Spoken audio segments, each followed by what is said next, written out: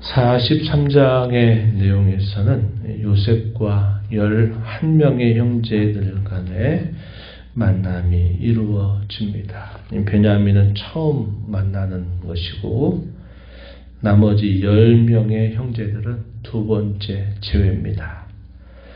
그 내용들이 오늘 우리가 이 43장에 소개가 되고 있습니다.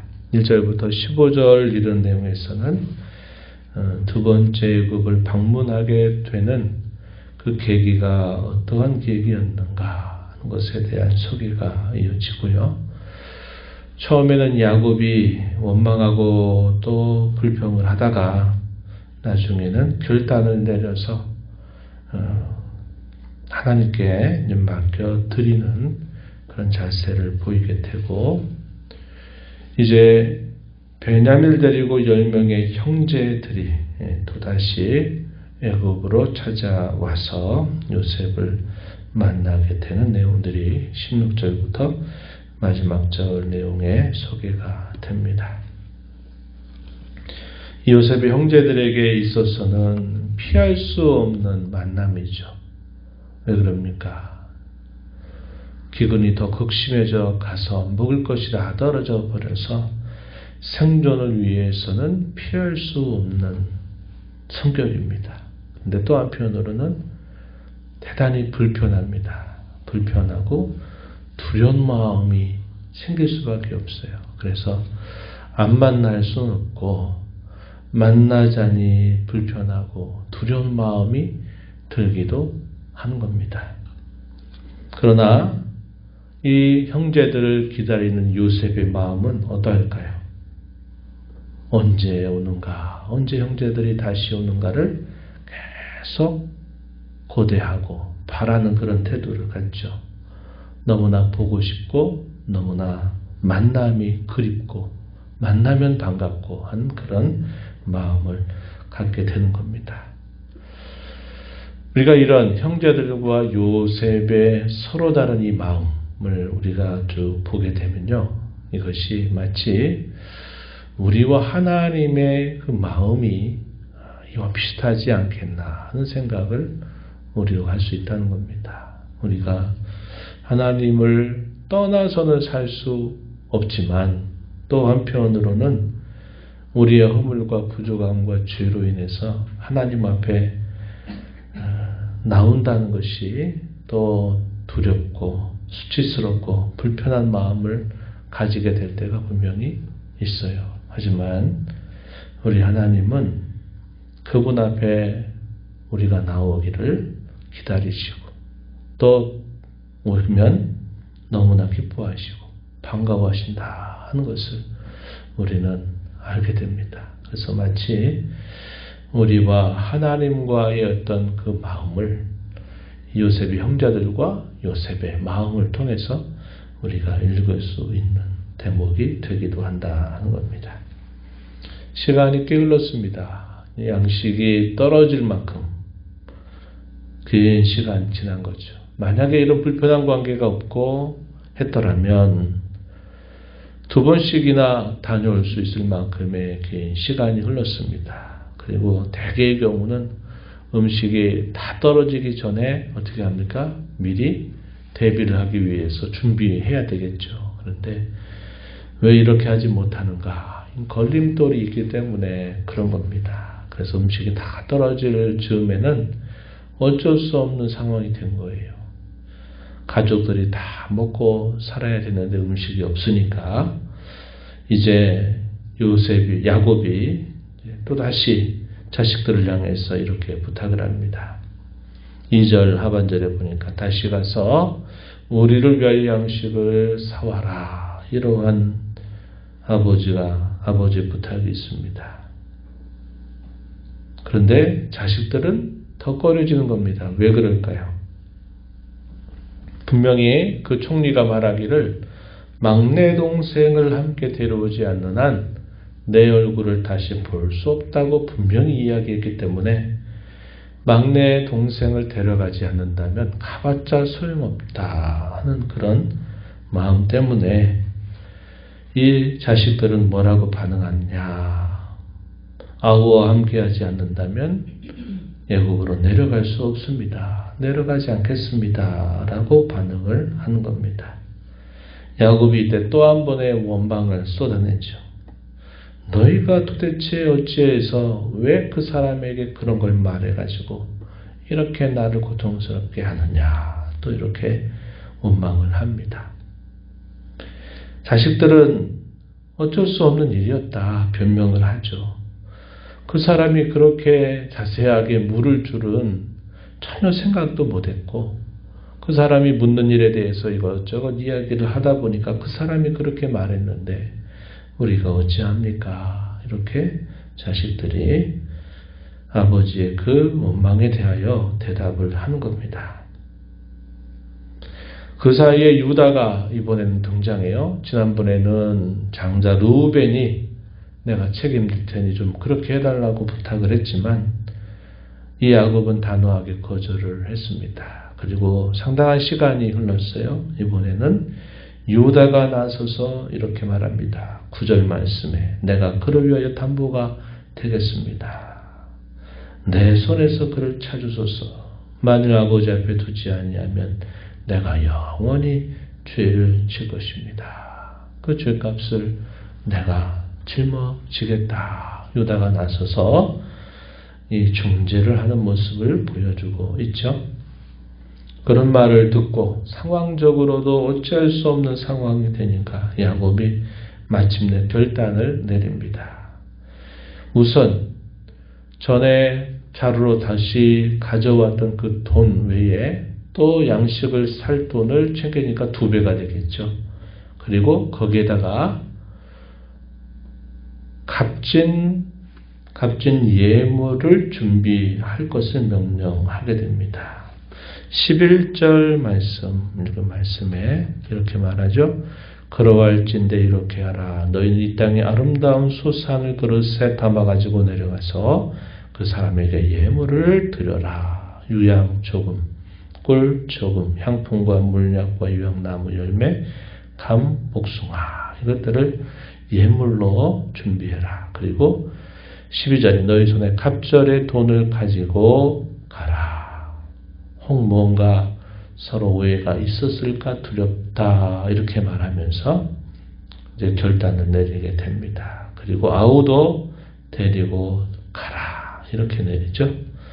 그리고서는 하나님께 의뢰합니다. 14절에 전능하신 하나님께서 그 사람 앞에서 너희에게 은혜를 베푸사 그 사람으로 너희 다른 형제와 베냐민을 돌려보내게 하시기를 원한다. 내가 자식을 잃게 되면 이르리로다. 하나님의 손에 맡겨드리는 이 야곱의 모습이 소개가 됩니다. 마침내 11명의 야곱의 자식들이 먼 여정을 떠나서 애굽에 도착합니다. 이제 요셉 앞에 서게 된 거예요. 요셉은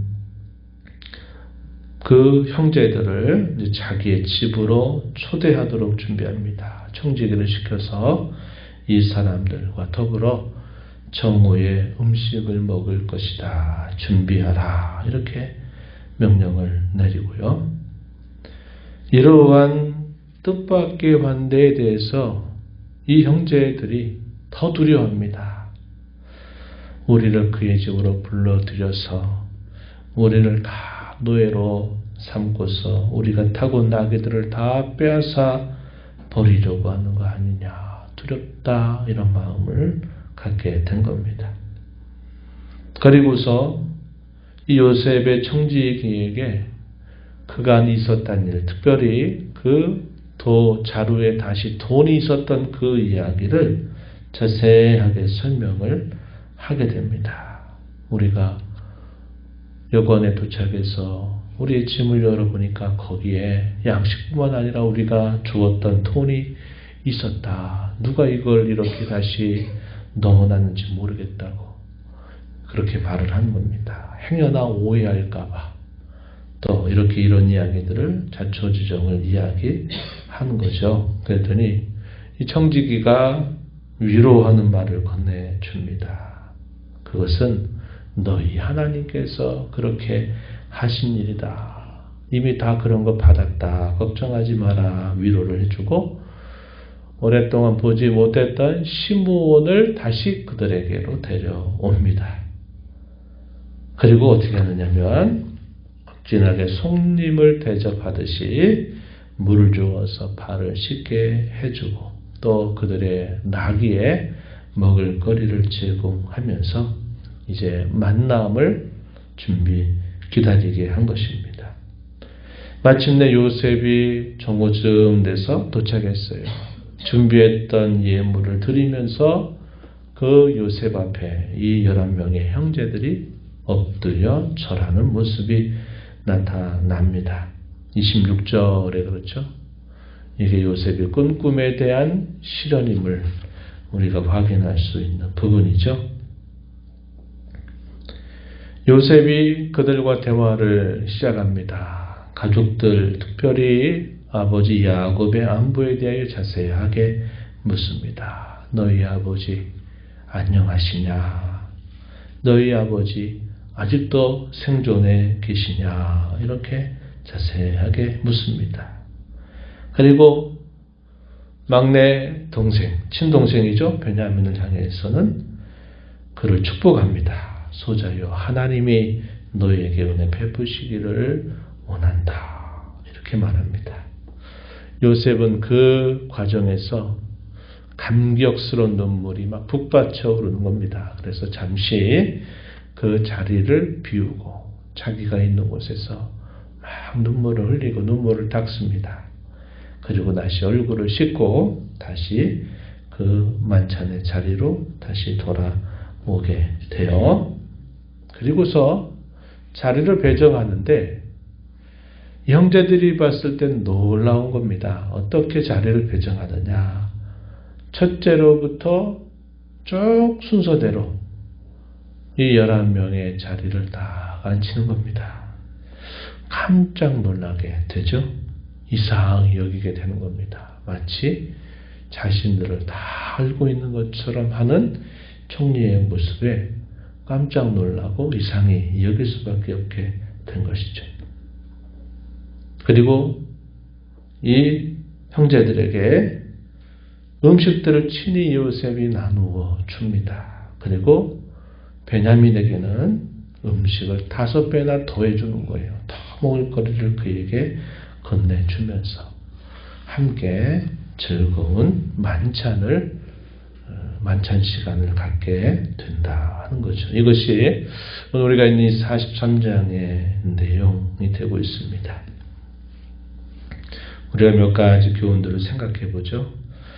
르우벤이 나서서 아버지 앞에 중재하고 책임을 지려고 했던 자세가 있었고, 또 나중에는 유다가 나서서 결단을 하고 책임을 지겠다고 맡겨달라고 하는 이 유다의 책임 있는 자세, 또 르우벤의 이러한 자세들을 우리가 살펴보면서 자기에게 주어진 책임을 다하는 자세, 이것이 야곱이 결단하는 데 있어서 중요한 하나의 계기가 마련되는 것입니다. 그래서 그 일이 진행이 되도록 하는 그런 역할을 이들이 감당하게 돼요.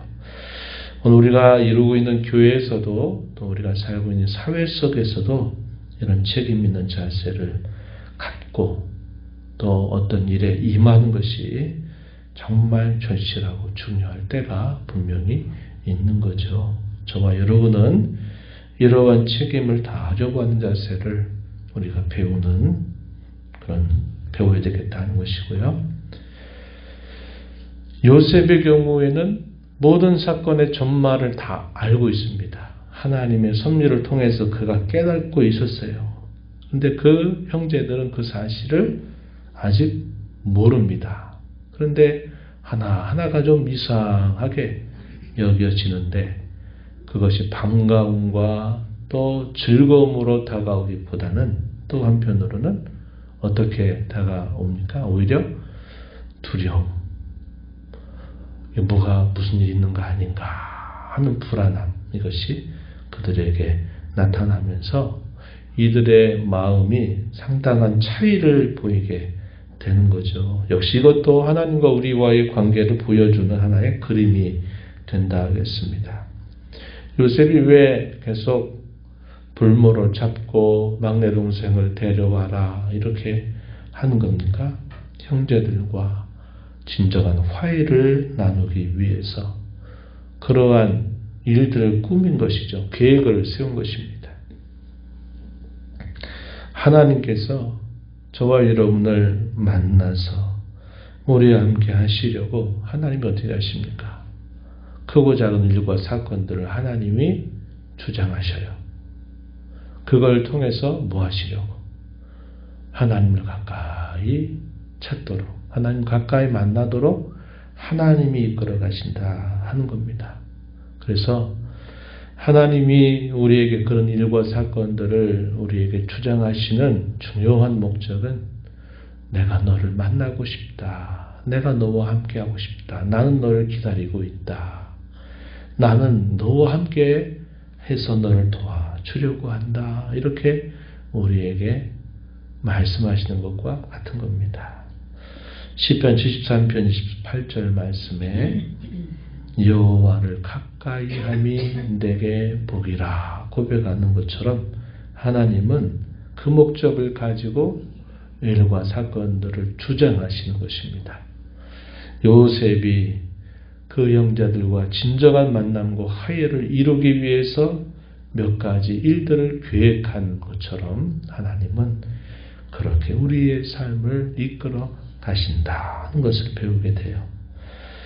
형제들은 두려움으로 어쩔 수 없이 나가지만 요셉은 간절한 만남을 기다리면서 즐거운 잔치를 준비하고 있는 겁니다.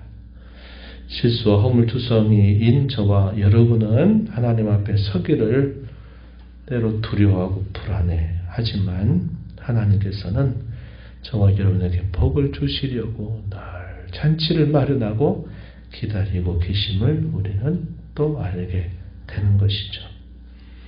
이 요셉과 형제들의 이야기가 바로 우리와 하나님과의 관계를 이렇게 보여주고 있다는 것을 배우게 됩니다. 하나님의 마음을 더 깊이 알아가는 저와 여러분이 되기를 바랍니다. 그리고 그 하나님의 마음을 헤아리는 자로 우리 신앙의 걸음을 걸어가게 되는 저와 여러분이 되기를 진심으로 바랍니다. 하나님 감사합니다. 이 새벽 시간 저희를 깨워주셔서 오늘도 주 앞에 저희를 부르시고 말씀하신 하나님의 음성을 또다시 듣게 하시고 요셉과 형제들의 이야기, 그 만남을 간절하게 기대하는 그 요셉의 마음은 저희를 기다리시고 가까이 하기를 원하시는 하나님의 마음과 너무도 흡사함을 배우게 됩니다. 하나님이 저희를 사랑하셔서 저희를 만나기를 원하시고 가까이 하기를 원하시고 교제하시며 동행하기를 원하셔서 저희 모든 삶을 주장하심을 저희가 기억하고 모든 일과 사건 속에서 늘 하나님을 모시고 사는 것을 가장 큰 보람으로 행복과 가치로 여기며 살아가는 저희들이 되게 하여 주옵소서. 주 앞에 나와 간구하는 모든 성도들의 간구를 기울여 주시고 응답해 주시기를 바라며 예수님 이름으로 기도하옵나이다. 아멘.